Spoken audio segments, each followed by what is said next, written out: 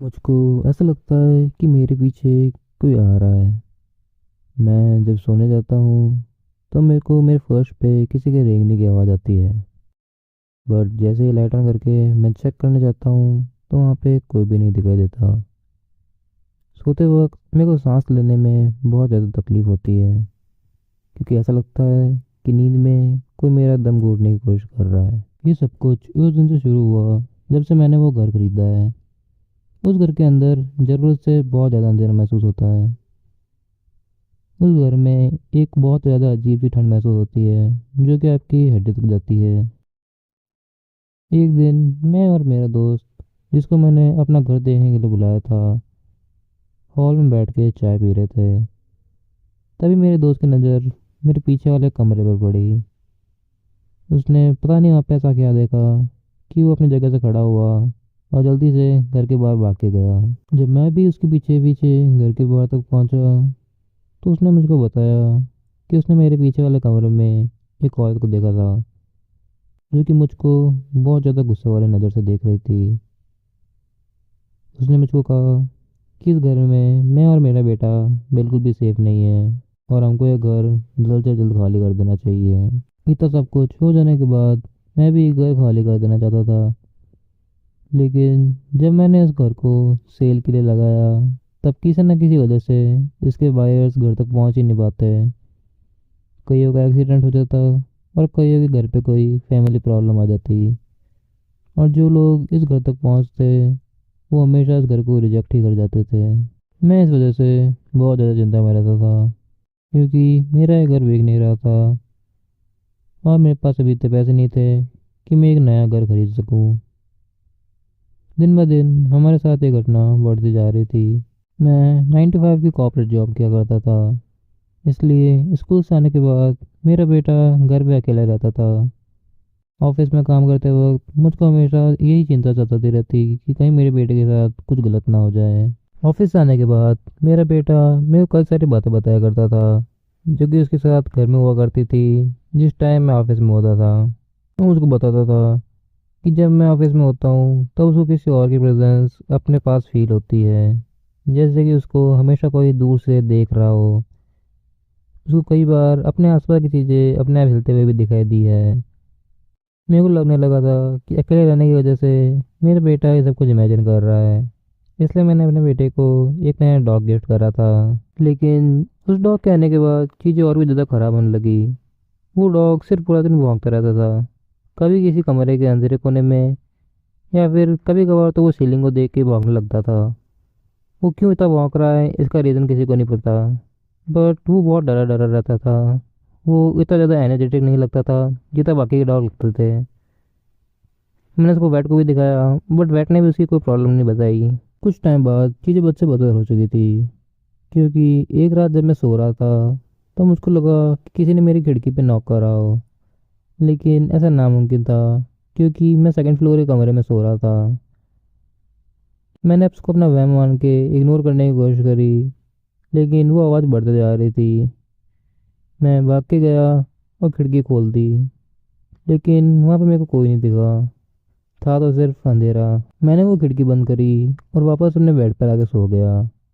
लेकिन कुछ देर बाद ही वो नॉकिंग की आवाज़ वापस शुरू हो गई। धीरे धीरे वो वापस से बहुत ज़्यादा तेज हो चुकी थी। अब मैं उस नॉकिंग की वजह से सो भी नहीं पा रहा था, तो मैं खड़ा हुआ और वापस खिड़की तक गया। लेकिन इस बार मेरे को खिड़की में किसी की परछाई दिखाई दे रही थी। मेरे कमरे में एकदम अंधेरा था। मेरे कमरे में जितनी भी रोशनी आ रही थी वो उस खिड़की से ही आ रही थी, इसलिए मैं उस परछाई को क्लियरली देख पा रहा था। उसके बाल बहुत ज़्यादा लंबे थे और वो एक औरत थी।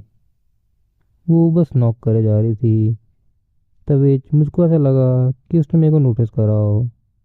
नॉकिंग की आवाज़ बंद हुई और अचानक से परछाई भी गायब हो गई। मैं ये सब देख के बहुत ज़्यादा डर चुका था। मैं फटाफट से गया और चादर को अपने सर तक ओढ़ लिया, जैसे कि वो मुझको उस चीज़ से प्रोटेक्ट कर लेगी। तभी मुझको अपने कमरे में किसी के रेंगने की आवाज़ आने लगी, जैसे कि कोई अपने पूरे शरीर के बल ज़मीन पर रगड़ के चल रहा हो। मैं ये सब सुन के बहुत ज़्यादा डर चुका था। तभी मुझको वो आवाज़ अपने पास आती हुई सुनाई दी और वो चीज़ मेरे पलंग के नीचे गई और वहाँ पे आके उसकी की आवाज़ एकदम बंद हो चुकी थी। मैं बहुत ज़्यादा डर चुका था और मुझको कुछ नहीं पता था मेरे को अभी क्या करना चाहिए। तभी मुझको अपने बेटे के कमरे से किसी के चिल्लाने की आवाज़ आई। मैं सुन के बहुत ज़्यादा डर चुका था। मेरे को अपने बेटे की बहुत ज़्यादा चिंता हो रही थी। मैंने अपनी पूरी हिम्मत लगाई और जाके अपने कमरे का लाइट का स्विच ऑन करा। मैंने देखा मेरे पूरे कमरे का फर्श एकदम गीला हो चुका है। मैंने अपने कमरे का गेट खोला और भाग के अपने बेटे के कमरे तक गया। मैंने वहाँ देखा कि मेरा बेटा एक कोने में बैठ के रो रहा था और मेरा डॉग खिड़की को देख के बहुत ज़ोर से भौंके जा रहा था।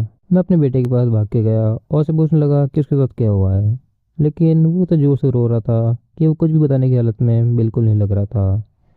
मैंने उसको उठाया और अपने कमरे में जाके उसको अपने बेड पे सुला दिया। मैं पूरी रात उसके पास ही बैठा रहा और बस ये सोचता रहा कि किस तरह से इस घर से बाहर निकलूं।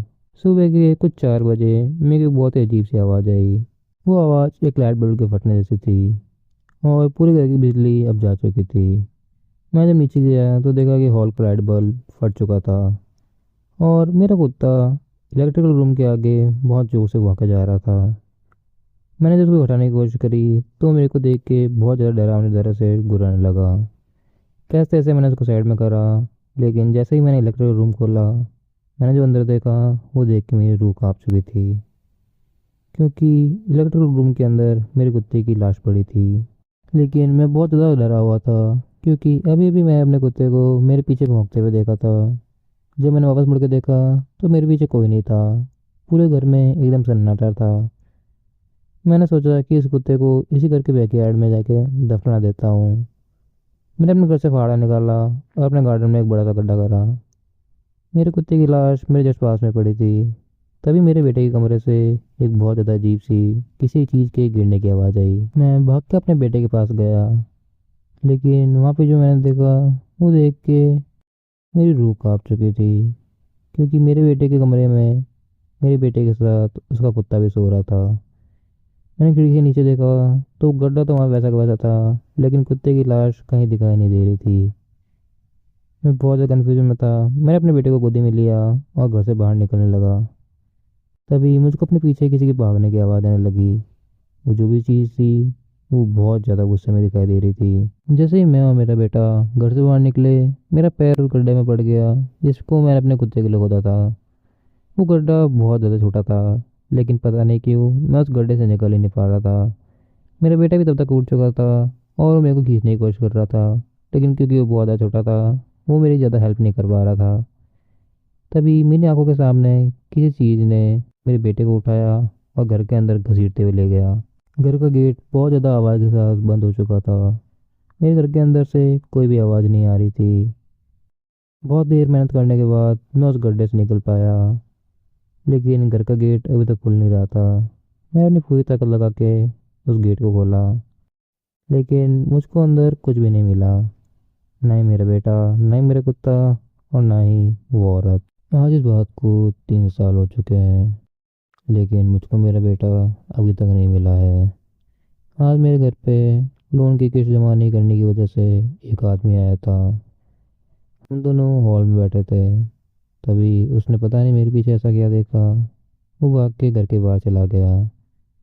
जब मैं उसके पीछे पहुंचा तब उसने मुझसे कहा कि आपके घर में बहुत सारे भूत आए थे सर। उसने कहा कि आपके घर में एक औरत, एक बच्चा और एक कुत्ते की आत्मा को मैंने आपके पीछे हवा में देखा है।